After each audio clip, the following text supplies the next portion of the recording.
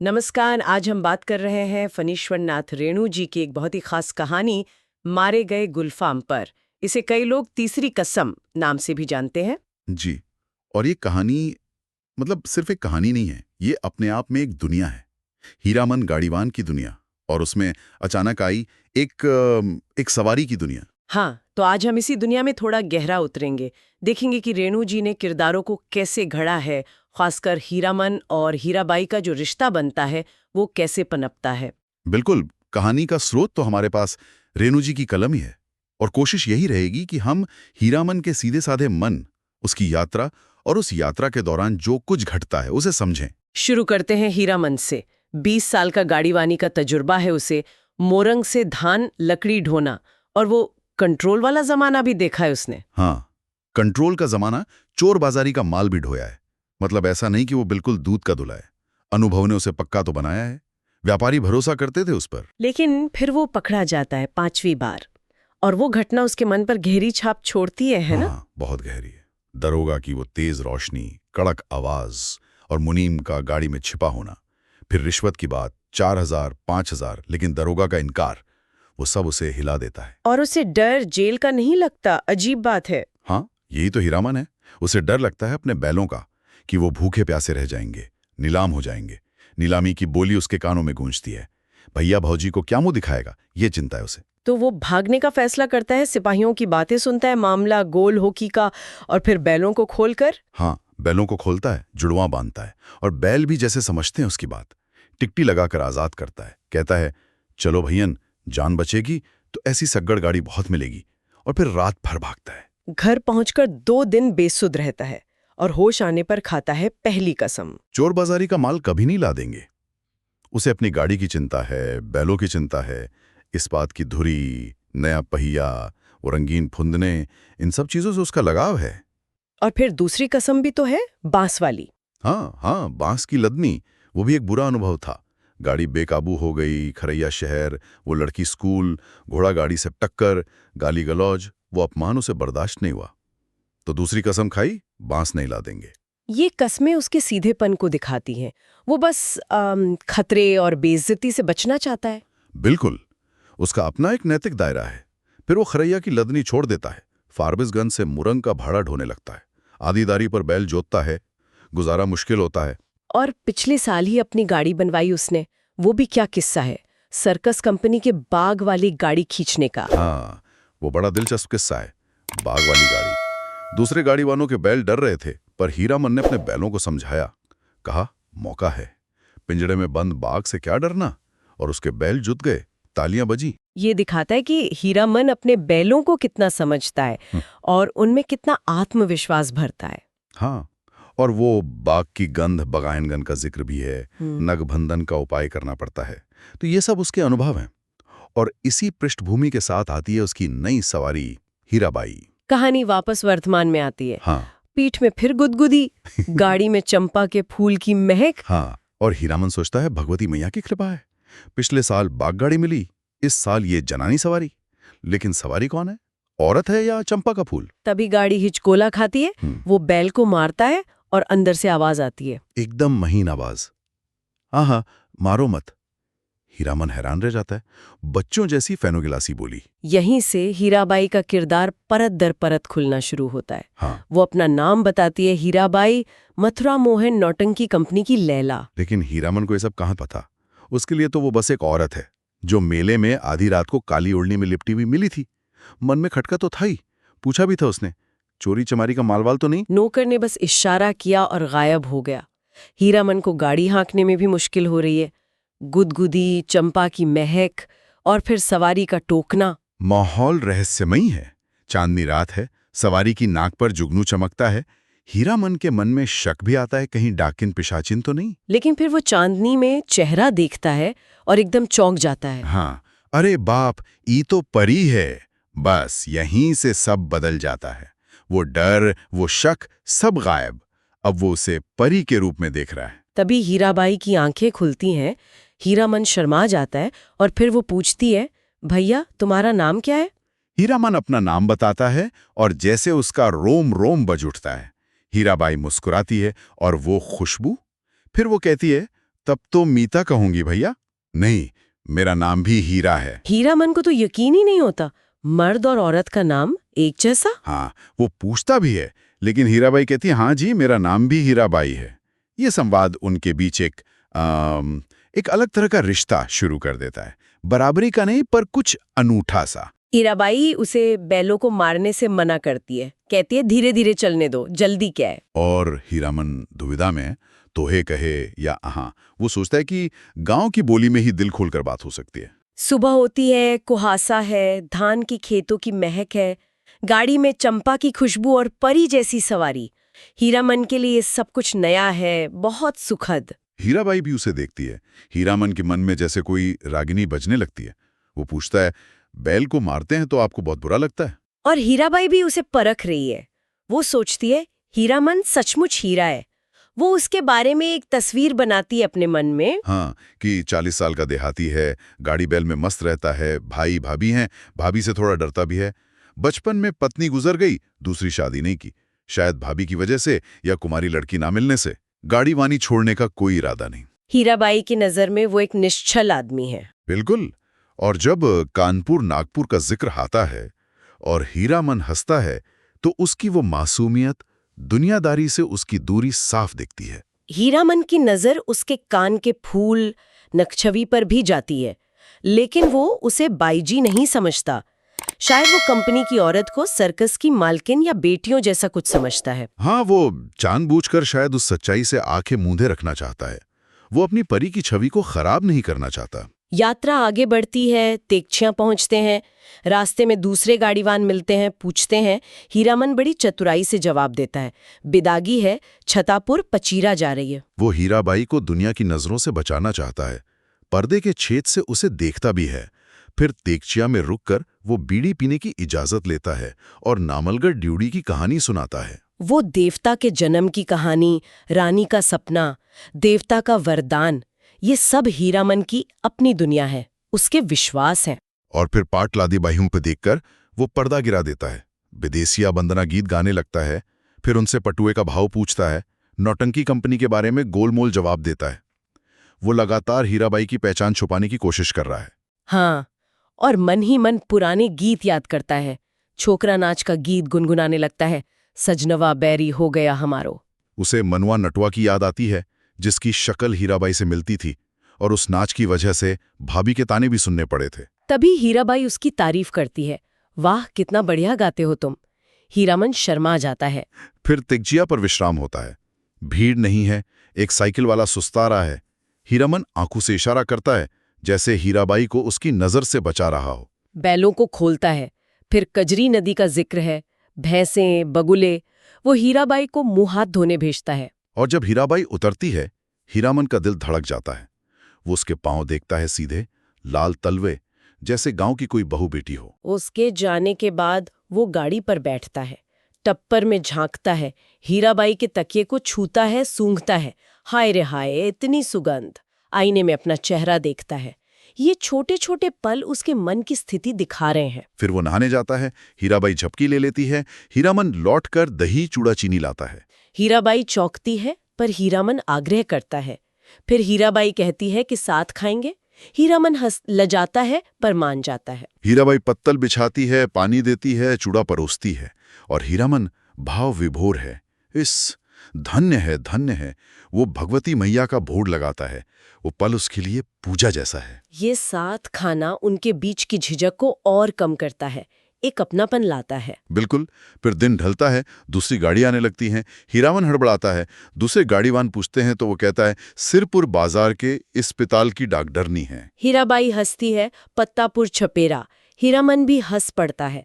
वो समझ जाती है कि वो उसकी पहचान छिपा रहा है। तेगछिया गांव से गुजरते हुए बच्चे गाते हैं लाली लाली डोलिया में, और हीरामन एक सपना देखने लगता है, जैसे वो अपनी दुल्हन को लेकर लौट रहा हो। वो हीराबाई को सोचते हुए देखता है, फिर गीत गुनगुनाने लगता है, सजन रे झूठ मती बोलो। हीराबाई उसे कहती है, अपनी बोली में गीत सुनाओ। हीरामन पहले झिझकता है, फिर मान जाता है। पूछता है, गांव की बोली समझ लेंगी? और फिर गीत सुनाने के लिए चालू रास्ता छोड़कर नननपुर वाली सूनी सड़क पकड़ लेता है। पीछे वाला गाड़ीवान टोकता भी है, पर हीरामन उसे झुड़की दे देता है। देहाती बुच्छ सब। और फिर वो सुनाता है महुआ घटवारिन का गीत और उसकी कहानी। ये कहानी सुनाते हुए वो जैसे अपने मन को खोल कर रख देता है। कहानी क्या है? परमार नदी, महुआ घटवारिन, शराबी बाप, सौतेली माँ जो राकसनी है, महुआ की बेबसी। हाँ, और फिर वो गीत शुरू करता है, हे सावन भादुआ के सावन भादो की उमड़ती नदी, अंधेरी रात, बिजली चमक रही है, अकेली लड़की डरी हुई है और सौतेली माँ उसे परदेशी के पैर में तेल लगाने भेजती है। दिखता है वो गीत में मगन है, एकटक उसे देख रही है, भोली सूरत। फिर वो गाता है कम कपी वाली आवाज में, हू रे डायनिया मैयो मोरी। वो पूछता भी है, भाखा भी समझती हैं? हीराबाई कहती है उगटन माने उपटन, मतलब वो समझ रही है। कहानी आगे बढ़ती है। सौदागर महुआ को खरीद लेता है, नाव पर चढ़ाता है। महुआ रोती है, पानी में कूद जाती है। एक नौकर जो शायद उससे मोहित हो गया था, वो भी पीछे कूद जाता है। महुआ तेजी से तैरती है सफरी मछली की तरह। नौकर पुकारता है, तुम्हारा साथी हूँ। और ये गाते गाते हीरामन खुद उस कहानी में खो जाता है। उसे लगता है वो ही सौदागर का नौकर है, महुआ को पुकार रहा है। लेकिन महुआ प्रतीत नहीं करती। वो तैरते तैरते थक जाता है। लेकिन फिर उसे लगता है जैसे महुआ पकड़ में आ गई है, उसे छू लिया है, पा लिया है। सारी थकान दूर हो जाती है, किनारा मिल जाता है, उसकी आंखों में आंसू आ जाते हैं। वो अपनी गीली आंखें छिपाने की कोशिश करता है, पर हीराबाई देख लेती है। फिर वो बैलों को झिड़कता है, जैसे वो थक गए हों गीत सुनकर। हीराबाई एक लंबी सांस लेती है और हीरामन के अंग अंग में उमंग भर जाती है। हीराबाई कहती है, तुम तो उस्ताद हो मीता। ये पल उनके रिश्ते का शिखर है शायद, जहां दोनों एक दूसरे को बिना कहे बहुत कुछ समझ जाते हैं। फारबिसगंज पास आ जाता है। ननपुर हाट पर वो चाय पीने का सोचता है, पर झिझकता है कंपनी की औरत का ख्याल करके। हीराबाई हंसती है, पूछती है, कुंवारे को चाय क्यों नहीं पीनी चाहिए? वो सर्कस वाली मैम का किस्सा सुनाता है। हीराबाई छेड़ती है, पीजे गुरुजी। हीरामन कहता है, आप मुझे गुरुजी मत कहिए। हीराबाई कहती है, तुम मेरे उस्ताद हो, हमारे शास्त्र में लिखा हुआ है। हीरामन हैरान है कि वो शास्त्र पुराण भी जानती है। फिर हीराबाई महुआ घटवारिन का गीत गुनगुनाती है और हीरामन एकदम गूंगा हो जाता है। इतना तेज है, हू बहू महुआ घटवारिन। उसे लगता है जैसे साक्षात महुआ उसके सामने है। सीताधार की उतराई पर गाड़ी गड़गड़ाती है। हीराबाई डरकर उसका कंधा पकड़ लेती है। हीरामन सिहर जाता है। उसे उंगलियों का एहसास होता है। चढ़ाई पर वो उंगलियां तन जाती हैं। फारबिसगंज की रोशनी दिखने लगती है। फारबिसगंज पहुंचकर हीरामन तिरपाल से बासा बनाता है, जैसे अपनी भाभी के गौने में बनाया था। हीराबाई को रौता नौटंकी कंपनी में जाना है। आज रात वो हीरामन की गाड़ी में ही है, उसके घर में। तभी गांव के गाड़ीवान आ जाते हैं। लालमोहर, धुनीराम, पलटदास। पलटदास टप्पर में झांककर भड़क जाता है। हीरामन सबको चुप कर आता है, फुसफुसाता है, कंपनी की औरत है। सब हैरान है, कंपनी के? लालमोहर दूर से बात करने का इशारा करता है। हीरामन हीराबाई से पूछता है, होटल से पक्की ले आए? वो मना कर देती है, पैसे देने लगती है। हीरामन पैसा लेने से साफ मना कर देता है, हुज्जत मत कीजिए। तभी लालमोहर पास आकर सलाम करता है, भात का न्योता देता है। हीरामन उसे डांट देता है। धुन्नीराम कहता है, तुम भी खूब हो हीरामन, उस साल बाग इस बार जनानी। हीरामन चेतावनी देता है, बोली संभाल कर। धुन्नीराम पूछता है, कंपनी में तो पतूरिया रहती है। सब उसे डांटते हैं। पलटदास रुकने का प्रस्ताव रखता है कि जनाना अकेली कैसे रहेगी, लेकिन फिर पलटदास भाग कर आता है, बताता है कि हीराबाई ने उसे डांटकर भगा दिया जब उसने चरण टीपने की बात सोची। हाँ, वो कहता है कि उसे सिया सुकुमारी का ख्याल आ गया था। फिर वो बहाना बनाकर चला जाता है कि व्यापारी मिल गया है। लालमोहर हीरामन का कंधा सूंघता है, अतर गुलाब की खुशबू। लालमोहर उसे उकसाता है नौटंकी देखने के लिए। तभी वो बक्सा ढोने वाला नौकर आता है, हीरामन को बुलाता है, भाड़ा और दक्षिणा देता है 25-50 रुपए। हीरामन एकदम स्तब्ध रह जाता है, जैसे आसमान से धरती पर गिर गया हो। हीराबाई कहती है, कल सुबह कंपनी में आकर मिलना, पास बनवा देगी। लालमोहर कहता है, इलाम बख्शिश ले लो। दुन्नीराम कहता है, गाड़ी बैल छोड़कर कौन देखेगा? हीरामन रुपया ले लेता है, हंसने की कोशिश करता है। नौकर हीराबाई को ले जाता है। जाते जाते हीराबाई बैलों से कहती है, अच्छा मैं चली भैयन। बैल कान हिलाते हैं। वो रिश्ता जो बना था वो जैसे टूट जाता है। भाड़े और दक्षिणा ने उसे फिर गाड़ीवान और सवारी बना दिया। अगले दिन रौता संगीत कंपनी का ऐलान होता है। गुलबदन, मिस हीरा देवी, अदा पर जान फिदा। मेले में हल्ला मच जाता है। लालमोहर हाफता हुआ आता है, जय जयकार का समाचार देता है। हीरामन पहले तो मिलने से हिचकाता है। कंपनी की औरत कंपनी में गई, लेकिन ऐलान सुनकर फैसला करता है जरूर देखना चाहिए। खेमे पर जाते हैं। काले कोट वाला रूखा बर्ताव करता है। तभी हीराबाई की आवाज आती है, वो अंदर बुलाती है। नेपाली दरबान से पहचान कराती है, ये मेरा हीरामन है। 5 पास मिलते हैं। हीरामन अपनी थैली हीराबाई के पास रखवा देता है। पाकिट काट का डर, साथियों का भरोसा नहीं। हीराबाई उसे अपने चमड़े के बक्स में रख लेती है। लालमोहर और धुन्नीराम हीरामन की किस्मत की तारीफ करते हैं। लसनवा उदास है, उसे भी देखनी है। हीरामन उसे भी 1 घंटे के लिए पास दे देता है। पलटदास भी मिल जाता है, माफी मांगता है। हीरामन उसे भी पास दे देता है, शर्त लगाकर कि गांव में बात नहीं बताएगा। नौटंकी देखने जाते हैं। अठनिया फाटक पर झगड़ा हो जाता है। कोई हीराबाई के लिए अपशब्द कहता है। हीरामन भड़क जाता है, गर्दन उतार लेंगे। मारपीट हो जाती है। मैनेजर और दरोगा आते हैं। पिटाई होती है। लालमोहर पास दिखाता है। मैनेजर समझाता है कि मथुरा मोहन वालों की बदमाशी है। हीराबाई के आदमी हो, जान खतरे में है। उन्हें 1 रुपए वाले दर्जे में बिठा दिया जाता है। नौटंकी का अनुभव सबके लिए अलग अलग है। किसी को किस्सा याद नहीं रहता। सबको लगता है हीराबाई उसे ही देख रही है। पलटदास को रमेन की बात लगती है। लहसनवा को जोकर पसंद आता है। हीरामन को बस एक गीत याद रहता है, मारे गए गुलफाम। कंपनी में उसकी पहचान बन जाती है, हीराबाई का आदमी। लहसनवा नौटंकी में भर्ती हो जाता है। हीराबाई के कपड़े धोता है। धुन्नीराम बीमार होकर घर चला जाता है। हीरामन को चिंता होती है कहीं भौजाई से कुछ कह ना दिया हो। लोग हीराबाई को रंडी कहते हैं। हीरामन को गुस्सा आता है। वो सोचता है हीराबाई से कहे कि सर्कस कंपनी में चली जाए। और फिर अचानक एक दिन लालमोहर खबर लाता है, हीरामन स्टेशन पर है, जा रही है। हीरामन हक्का बक्का रह जाता है। गाड़ी खोलकर स्टेशन भागता है। जनाना मुसाफिर खाने पर हीराबाई मिलती है, ओढ़नी से ढकी हुई। वो थैली लौटाती है। कहती है उम्मीद खो चुकी थी कि भेंट होगी। वो बक्सा ढोने वाला आदमी अब बाबू साहब बना है। हीरामन चुपचाप थैली ले लेता है। हीराबाई बताती है मथुरा मोहन कंपनी में वापस जा रही है। बनेली मेले में आने का न्योता देती है। फिर उसके कंधे पर हाथ रखकर गरम चादर खरीदने के लिए पैसे देने लगती है। हीरामन फट पड़ता है। इस हरदम रुपया पैसा, रखिए रुपया, क्या करेंगे चादर। हीराबाइयों से गौर से देखती हैं। कहती है तुम्हारा जी बहुत छोटा हो गया है। क्यों मीता? मऊआ घटवारिन को सौदागर ने खरीद जो लियाया गुरुजी। उसका गला भर आता है। ये पंक्तियां बहुत गहरी चोट करती हैं। शायद हीराबाई को भी एहसास है कि उनका रिश्ता किस तरह खत्म हो रहा है। हाँ, और वो बाबू साहब टोका टाकी करता है। गाड़ी आ जाती है। हीरामन बाहर खड़ा रहता है। हीराबाई टुकुर टुकुर देखती है। गाड़ी चलती है। हीराबाई बैंगनी साफी हिलाकर इशारा करती है। गाड़ी गुजर जाती है। प्लेटफॉर्म खाली, दुनिया खाली। हीरामन गाड़ी के पास लौटता है। लालमोहर मेले में रुक जाता है। हीरामन गांव की ओर मुड़ जाता है। अब मेले में क्या धरा है? खोखला मेला। उसे खाली टप्पर देखने की हिम्मत नहीं होती।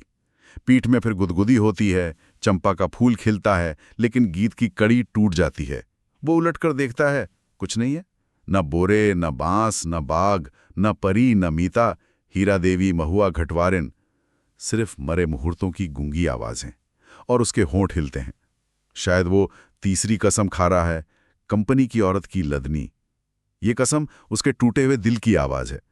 पहली 2 कस्में बाहरी दुनिया से थी, ये उसके अपने अंदर के दर्द से है। वो शायद फिर कभी इस तरह के भावनात्मक जुड़ाव और उसके टूटने के दर्द से नहीं गुजरना चाहता। वो बैलों को झिड़कता है और गुनगुनाने लगता है, अजी हाँ मारे गए गुलफाम। कहानी यहीं खत्म होती है, लेकिन एक कसक छोड़ जाती है। बिल्कुल।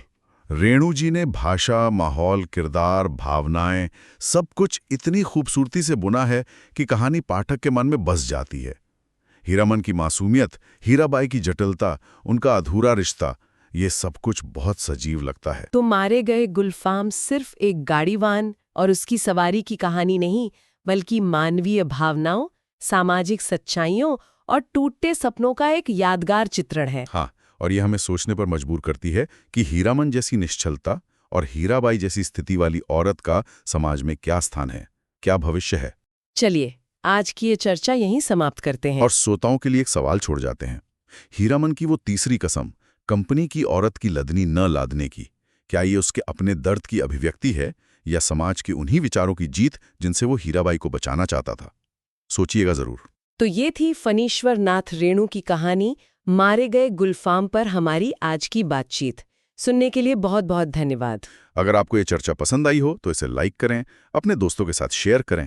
और हमारे चैनल आज की कहानी को सब्सक्राइब करना न भूलें। साथ ही वो जो घंटी का आइकॉन है उसे भी दबा दें, ताकि हमारी नई कहानियों की सूचना आप तक पहुंचती रहे। आपके कमेंट्स हमें हौसला देते हैं, तो अपने विचार नीचे कमेंट सेक्शन में जरूर लिखिएगा। अगली कहानी तक के लिए इजाजत दीजिए। नमस्कार। नमस्कार।